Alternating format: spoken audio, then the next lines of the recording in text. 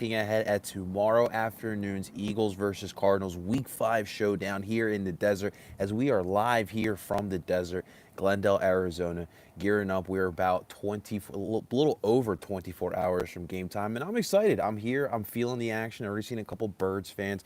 I was in Flagstaff. I stopped in Flagstaff, Colorado. Felt like Colorado, Flagstaff, Arizona. Stopped for a little bite to eat. Saw across the street at the corner bar, the little corner tavern, and what do I see? A fucking beautiful, an absolute beautiful Lane Johnson Super Bowl jersey, yelling "Go Birds!" Sitting at the restaurant. The guy in his table across from me, he's like, "Yo, you got a Phillies t-shirt? How about those damn Phils?" And I'm like, "How about those damn Phillies?" It's exciting. It's some great vibes here in sunny Phoenix, Glendale, Arizona. Still trying to get the gist of how this all works over here. But hey, we're here. We're getting a little bit of a sunshine. We're live from the Airbnb backyard. We're fighting off buggies back here. But listen, I'm excited for tomorrow. This Eagles team's got a lot of buzz, and right now in Philadelphia, the Phillies have stolen all the vibes after yesterday's great win. But guys, the Eagles are giving us 2004 vibes. Yo, bring out the damn flip phones because this team has been showing how dominant they are, not only on offense, but on defense. They can win in the rain. They can win in the sun. They can win in the sleet. It does not matter. And I do feel like tomorrow will be a great test because what is the one thing that we always talk about when we talk about the Philadelphia, right? Cross country traveling, it is definitely a factor every single time you play, and even in the NFL. And keep something in mind here, ladies and gentlemen. We may look at this matchup tomorrow as an easy one because of the way that the Eagles are playing, but let's all remember the Philadelphia Eagles have yet to win in this brand new stadium of the Arizona Cardinals, and it's not even brand new anymore. It's over 10 years old, and they have yet to win in that stadium. I don't even know what it's called anymore. Is it Allstate, Allstate, or all whatever? I don't even know. Call Jake. I'll tell us what the name is of the stadium. But it is definitely going to be an interesting showdown, and I'm excited for it. I'm excited for some beautiful sun. So before I left here for Arizona, we had like 5, 6 straight days of just pouring rain. It was ugly, ugly weather. So I'm excited to get in here into some sun. Yesterday I was in Antelope Canyon. Went to the Horseshoe Bend. If you guys have ever been in Arizona or never checked out both those, definitely highly recommend checking those out. Life changing, absolutely beautiful. It is crazy to think that there is absolute astonishing things like what I saw yesterday in the United States. And that's what's going to lead into today. Hanging out in Scottsdale, hanging out with a bunch of Eagles fans, wearing my Asbury Provisions t-shirt. I'm all juiced up. I'm all ready up. But we're gonna get into this matchup, guys. Real quick, make sure if you guys are new to this channel and you are enjoying this content, please do me a solid, hit that like button and subscribe to the channel. We talk Philly sports all the time, even on vacation with the birds. So make sure you guys are subscribed. But as always, guys, we're going to look at some of the matchups here this upcoming weekend as well. I'm going to give you guys my wins, my losses, what I think is going to happen. And of course, in the comments, as always, guys, you guys can let me know what you guys think is going to happen on Sunday as well with some of these matchups. So obviously, the first game was on Thursday night. You had the Colts and the Denver Broncos. And I think if you're either a fan of either of one of those teams, I would be a little bit concerned because both of those teams do not look good as the Colts get an overtime win, I'm not kidding, guys, a 12-9 game. This isn't a high-scoring baseball game. This is an actual NFL game between the Colts and the Broncos in a 12-9 game. Ugly, ugly one. I predicted that one. I had the Broncos winning that one, but hey, kudos to the Colts. So we got move on to the London game. We got the Packers versus the Giants. This should be an interesting one. Both 3-1 teams. Aaron played in London? I'm trying to think. Like, has he ever played? I don't even think he's ever played in London. So it should be fun. And kudos to the people out in England. They're gonna be enjoying watching an elite quarterback, a legend quarterback, a future Hall of Fame quarterback. So that's definitely cool. But I do got the Packers winning this one. I'm not buying the Giants, and I know Giants fans are gonna toot their own horn because it's what Giants fans do. But I'm not buying the Giants. I think the Packers will get a convincing win in London, in Tottenham Hotspur Stadium. A lot of losing goes on there.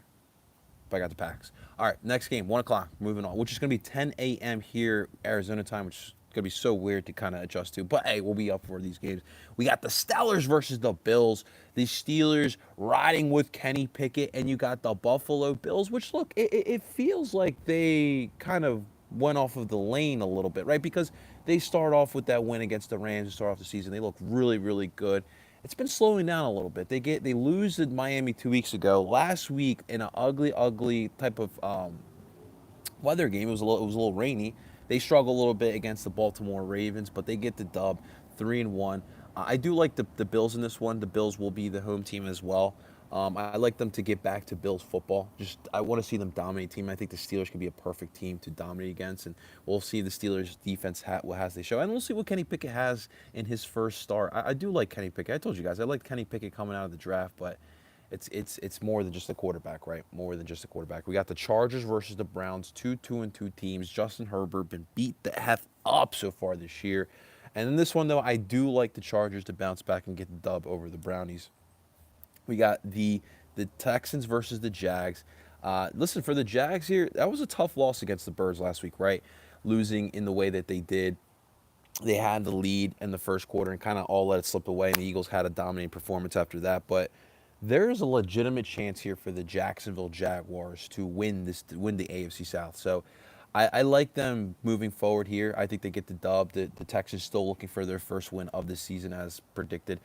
So I got the Jaguars getting their third win of the year, putting themselves in the driver's seat of the AFC South. You got the Bears versus the Vikings here on a Week 5 matchup. This is going to be a nice tight one as well. I like the Bears though. I like the Bears in a little bit of an upset. Although the Vikings have, especially Vikings are at home, seem to be a much more better team, much more cleaner team, I should say.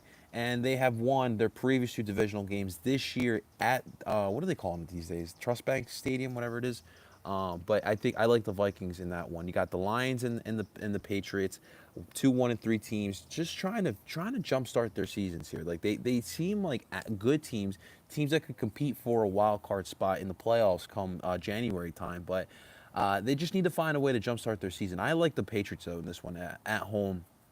I think that they will be fun. They need to catch ground because the AFC East is looking a little more daunting than we expected with the Dolphins and the Bills looking like the class of the division. You know, obviously barring anything else with any further injuries with Tua Tagovailoa. And then of course you got the Patriots and the Jets. They look like they're not going to give up this year. I don't think they'll be a playoff team, but they're showing some fight this year. You got the Seahawks versus the Saints. I'm gonna go Seahawks in this one. This was another toss-up, and I also don't know the status of Jameis Winston, but I like the Seahawks in this one. Jets versus Dolphins, as we just mentioned, 2-2 versus 3-1. Can the Jets get a win, an upset win over the Dolphins? No Tua Tagovailoa. I actually do like the Jets over the Dolphins simply because of just the way they've been playing so far over the last couple of weeks. And number two, Zach Wilson. Give me that ugly gritty. Give me that ugly gritty. I like the Jets in this one at home. And listen, a lot of Dolphins fans are gonna be there at MetLife Stadium on Sunday, tomorrow. All right, you got the Falcons versus the Bucks. I got the Bucks. I just got the Bucks here at home. I do think that the Bucks. I think they. I wouldn't say I would be worried about them simply because of the division that they're playing in, but I don't think that they are clicking on all cylinders, and I would be worried about them heading into the playoffs. But we'll see. We'll see what happens there. But I like the Bucks there tomorrow. Titans versus Washington. Two teams again, kind of just need to find a way to jumpstart their season. I like the Titans in that one though. I don't know. I don't think it's a good situation down there. I think there's a lot of turmoil, a lot of just heated rooms down there in DC. I think a lot of people are already jumping off the ship for Carson Wentz and will Taylor Heineke go in there? Is Ron Rivera actually okay? Like there's just a lot of question marks down there in DC. I like the Titans getting that dub there. Moving to the 4 o'clock games, you got the Niners versus the Panthers. Panthers got their first dub. But I like the Niners. Niners are a much better team with Jimmy Garoppolo, and I like them in that situation. We got the Cowboys going up against the Rams. A nice little test for both teams. Are the Cowboys for real? Are the Rams starting to figure it out? Give me the Rams in this one. Come on, give me those damn Rams in this one. I like the Rams over the Cowboys. I think the Rams are a much more legit team than the Dallas Cowboys are. A reminder, Dallas, listen, you feel good about yourselves. You think you got a chance in the division. You haven't played anyone either, so keep that in mind. The Bengals and the Ravens, nice little AFC North showdown. This is going to be the late one, the Sunday night ball game. I like the Bengals in this one. I think the Bengals are slowly starting to figure it out, and I don't like that Ravens defense. And on Sunday Night Football, it should be a lot of freaking fun. Give me Joe Burrow in that situation. And then you got the Monday night game. You got the Raiders. You got the Chiefs. I got the Chiefs in this one. Although it wouldn't surprise me if the Raiders got an upset, but I just think the Chiefs will find a way to pull it off. I think the Raiders are better than what their record indicates. I think they just got started off on a slow note, but I think that they'll find a way to turn it around and get their season going here. So those are my predictions. I'm gonna round it off one more time, and you guys again let me know in the comments what you think is going to happen this upcoming week. So I got the Packers over the Giants. I got the Bills over the Steelers. I got the Chargers over the Browns. I got the Jags over the Texans. The Vikings over the Bears. The Patriots over the Lions. I got the Seahawks over the Saints. Keep that in mind.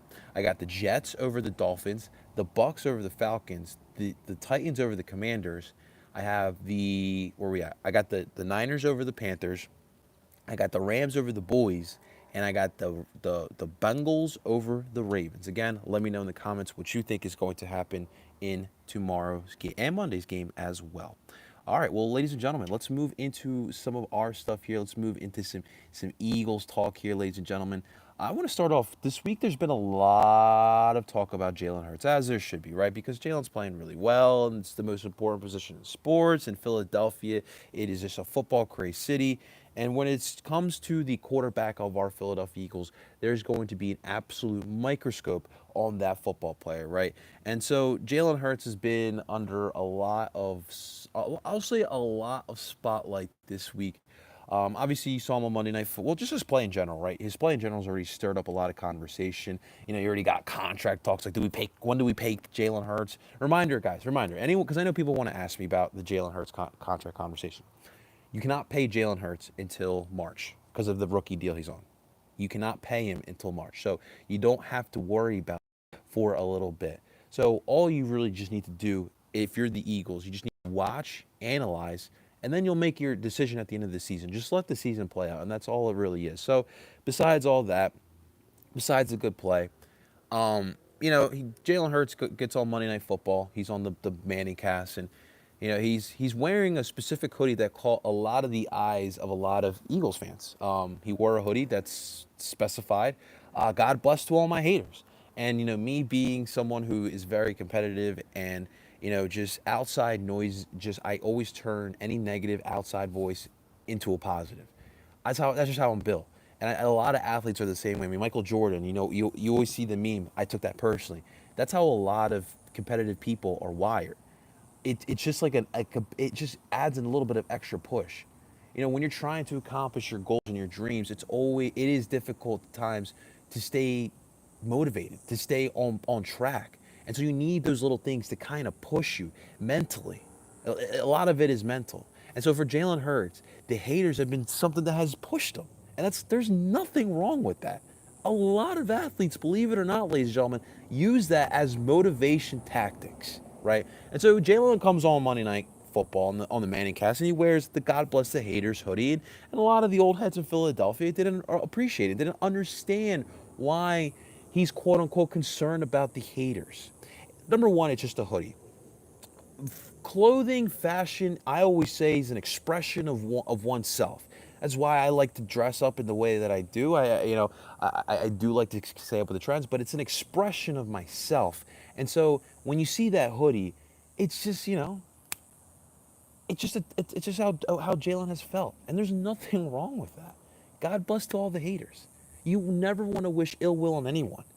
But if it wasn't for the people in Alabama saying that he will never win a championship at Alabama, he'll never be a good quarterback at Alabama, or he loses out the job to Tua Tagovailoa, he'll never be anything in his college career, he'll never be a quarterback in general. He goes over to Oklahoma, he balls out, he performs really freaking well. And then you get into the draft process, he'll never be an NFL starting quarterback. Okay, he gets into the NFL, he'll never beat out Carson Wentz. All right. He's now the quarterback. He'll never be the long-term quarterback of the Philadelphia Eagles. Well, through 5 weeks, they're already talking about what are the years and what's the X amount of money that you're going to be paying him after the season. If you don't think that there's some outside motivation that has pushed Jalen Hurts, you're freaking wild. You're crazy. You're absolutely crazy, because there has been. And to me, I don't read too much into it as as John Kincaid would say on the morning show, Why are you so worried about that? It's not him being worried about the haters. Number one, it's just a hoodie. Like, since when are we buying into a hoodie so much? It's just him just saying, God, thank you. It's just a gratitude. It's a thank you to the haters for pushing me to be where I'm at, because this is where I want to be at. I see absolutely nothing wrong with what Jalen Hurts has done there. Is Jalen Hurts a little bit bland on the Manning cast? Yeah, maybe a little bit. But I love Jalen Hurts, and if you are a competitor, you appreciate who Jalen Hurts is. It doesn't matter if you're a Cowboys fan or an Eagles fan, you appreciate it at all. But speaking of the John Kincaid show, I just really quick wanted to just say a quick thank you. I'm sure everyone has heard the news. Jamie Lynch is out on the 97.5, the morning show, the John Kincaid show. Um, when I started doing YouTube content back in 2015 for the Eagles, the morning show at the time was with Gargano, Marks, I forget her name. It's gonna bother me too. And then Jamie Lynch was the producer. Those guys were absolutely hilarious and were another motivation factor for me wanting to get into sports content. I don't know what happened overnight, so I don't have the inside track of what went down. I do think money had to do with it. I do think that there are uh, some station cuts, as they say. But to lose Jamie Lynch after what he's been there for almost 10 years, the dude who's he understood the fan base. He was one of us. He literally, when I listen to him on the radio, it feels like another one of us. And he was a very knowledgeable guy too. He was just an idiot rambling stuff out there. So, whatever Jamie Lynch does next, I know he's going to be fine. I know he can start up a podcast on his own and is going to find a following because people in Philadelphia love him. But it just does suck because the John Kincaid show, I have been listening since John Kincaid has arrived in Philadelphia from Atlanta. I have thought that it has been a fantastic show, and Jamie Lynch was a big part of that. And we'll see how where the John Kincaid show takes us next. Maybe Connor Thomas takes bigger. I don't know what's going to happen, but wish nothing but the best of Jamie Lynch. Jamie, you got some free time. I got some time as well. Hit me up, baby. Let's get some content together. So I gotta put my shameless plug in there. I just have to. I just have to. All right. Well, listen. Boom, boom, boom, boom, boom. Let's get into this matchup, guys. All right, let's start off with the injury report here for the Eagles and the Cardinals. I want to start off with the Birds because it is pretty significant. It's the most significant injury report we've had thus far in the 2022 season. So far, you got four guys or three guys, I'm sorry, who did not practice and are considered out for tomorrow's game. You got Jake Elliott with that ankle injury, like we mentioned, popping perkies on the sideline, Jake Elliott. Patrick Johnson's got the concussion. He's on protocol. And Avonte Maddox already considered as out for tomorrow. That's a big blow. That is a big, big blow. Listen, you were able to find a way to win a game and stop the Jaguars offense without Avonte Maddox in the slot. Did a great job of shifting Gardner Johnson and Kevon Wallace. It was a good mix-up. But this, to me, I think this Cardinals offense attack, this passing attack, is much more lethal than what the Jacksonville Jaguars had. So that is definitely going to be a factor here today, or tomorrow. I'm sorry. You have Jordan Mailata did not practice yesterday either on Friday, but he is doubtful. He is doubtful, so it's not looking good for Jordan Mailata. And kudos to Nick Sirianni, and that's another thing. Accountability has been so huge, and we haven't really talked a lot about the coaching staff and how big that they have been for this Eagles team. But accountability has been so big for this football team, and I love it when Nick Sirianni holds himself accountable. Saying that, when the interception against the Vikings, the screen pass. You hear Nick Sirianni saying like, "That's all me. That's a bad play call, and I got to do better there." I love that. And then last week, he's or this past week, he's like saying to the press conference or to the media that, listen, I got to do a better job. I got to teach my guys how to tackle, and that's all me. And I love that about Nick Sirianni because it's just a chain reaction because everyone now feels like they need to hold themselves accountable, and that's what winning football is all about. But you got Boston Scott. He's got a rib injury. He had limited practice yesterday alongside Isaac Seumalo, who had limited practice, which is also really good because I really thought that was a worse injury than I thought on Sunday with Isaac Seumalo. Kyron Johnson's got a concussion. He was a full participant alongside Darius Slay. Darius Slay was a full participant as well with that forearm injury. Darius Slay told us after the game on Sunday, I'm good. I'm good. And he found a way. He's probably going to play on tomorrow, which is going to be big, considering the fact that I'm trying to shut down whatever wide receiver. We'll get to the wide receivers and all these matchups here, but Darius Slay coming back is a big get here for the Philadelphia Eagles, and I'm definitely looking forward to that. But looking into this matchup, look, the Eagles and the Cardinals. Obviously, for the Eagles, they are the cream of the crop here in the NFL this year. They are 4-0. Hopefully, we get 5-0 after this week. They are 4-0 on the season for a reason. Defense has been great. You had Hassan Reddick gets Defensive Player of the Week. You get Brandon Graham the week prior, Defensive Player of the Week. Like you're getting big contributions from this defense. A lot of the big pieces that have returned or that Howie Roseman went out and gotten have been big factors to this team as well this year. And I want to see a couple of these different pieces here as well. But I think when we're looking at the defense versus the Eagles defense versus the Cardinals offense, the one thing that I'm really concerned about is containing Kyler Murray, right? Containing Kyler Murray. The one thing about the Cardinals, their offensive line is not the best. They do not give Kyler Murray the best protection out there. But the one thing that Kyler Murray what makes him so dangerous is his mobility. He is a little mighty mouse back there. He is pretty short, but he does find a way to be very effective with his legs, find a way to extend plays or make plays for himself, and that's what makes him so dangerous. And although he is missing DeAndre Hopkins, we all know about DeAndre Hopkins' suspension. AJ Green, which is not the same AJ Green from even 5 years ago. He's been limited in practice himself, which I forgot to mention. The Cardinals, of course, the injury report here for the Cardinals. Well, I don't see AJ Green, so probably that means he will play. But you got DJ Humphries, Rondell Moore, solid wide receiver for the Cardinals as well. Trayvon Mullen, the cornerback, and Justin Pugh. They are all questionable for tomorrow, with Rodney Hudson as doubtful, the offensive line for the Cardinals tomorrow. And then you got Max Garcia, Rashard Lawrence, Matt Pryor, and Nick Vigil.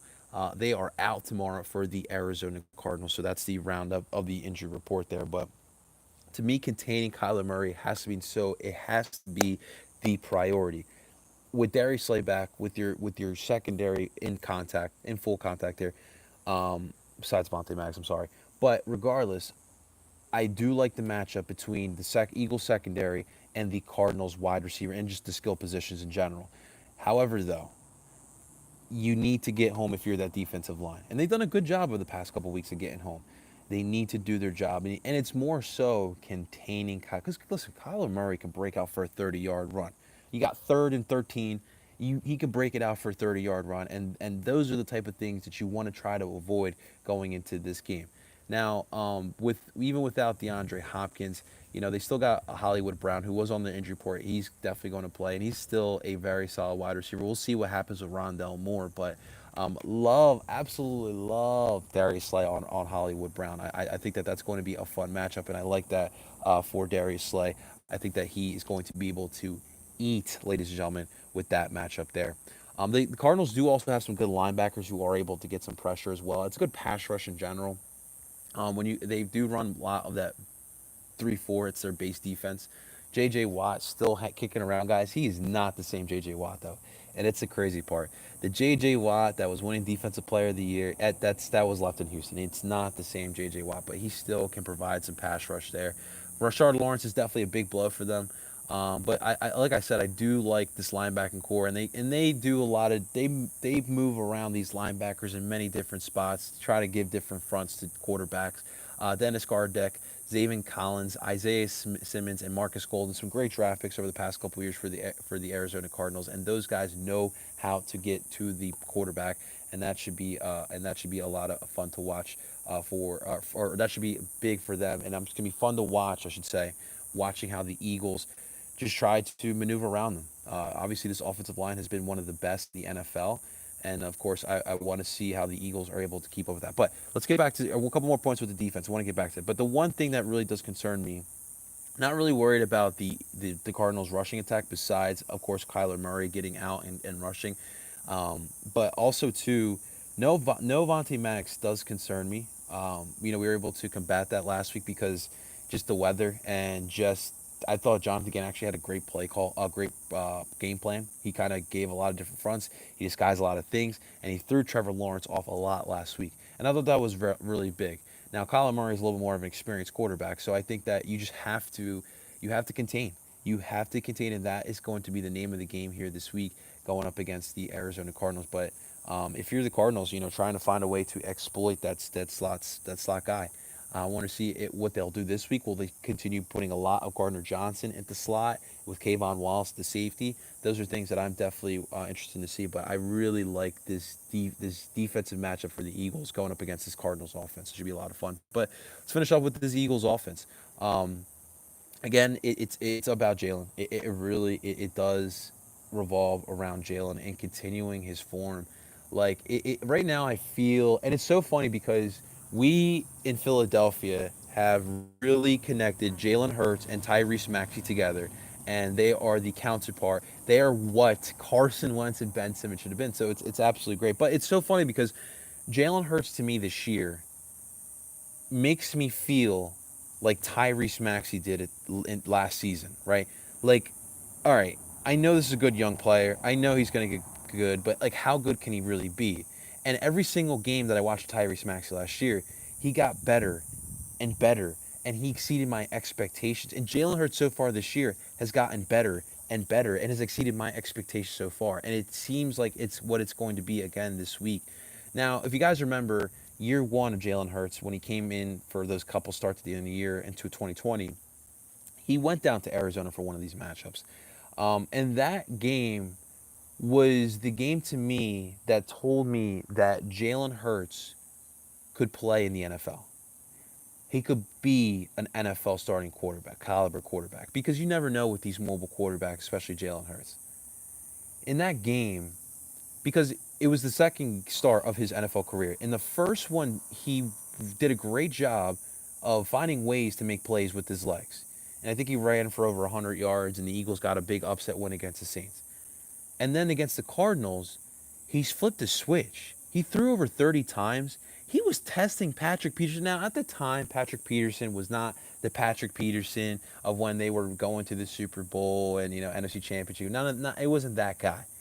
But to sit there as a young rookie quarterback in your second start of your NFL career and you're testing Patrick Peterson, he got like 3 PIs called on Patrick Peterson. Alshon Jeffrey was still here at the time. You had a nice screen run by Quez Watkins as well. But that game to me told me that Jalen Hurts could play in this league in his second start. And now we fast forward to today, and now it's Jalen Hurts take the Eagles to the damn Super Bowl. That's where we're at. And that's really where we're at. But this Eagles offense, listen, I look at it. I look every facet of it. And I look at the Cardinals defense. I don't know how the Cardinals stopped this Eagles offense for 4 quarters. I really don't. Because I don't like, for the Cardinals, I don't like their cornerback matchups against our Eagles wide receivers. Like, who's slowing down A.J. Brown? Who's slowing down Devontae Smith? And also, who's slowing down Dallas Goedert, too? And oh, by the way, we're going to see our old friend Zach Ertz as well, and that's one thing I want to see how the Eagles are going to slow down Zach Ertz because he's been a big weapon for the Cardinals in this game. But we go back to the Eagles' offense here. How is the Cardinals' defense going to slow down this Eagles' offense? And let's say you find a way to contain A.J. Brown, Devontae Smith, and Dallas Goedert. You still got the running game. You still got Jalen Hurts, who's a mobile threat. You still got this Eagles running game. I don't care if we go up against the 85 Bears. We're running on those dudes. And that's how this Eagles offense has been all season long.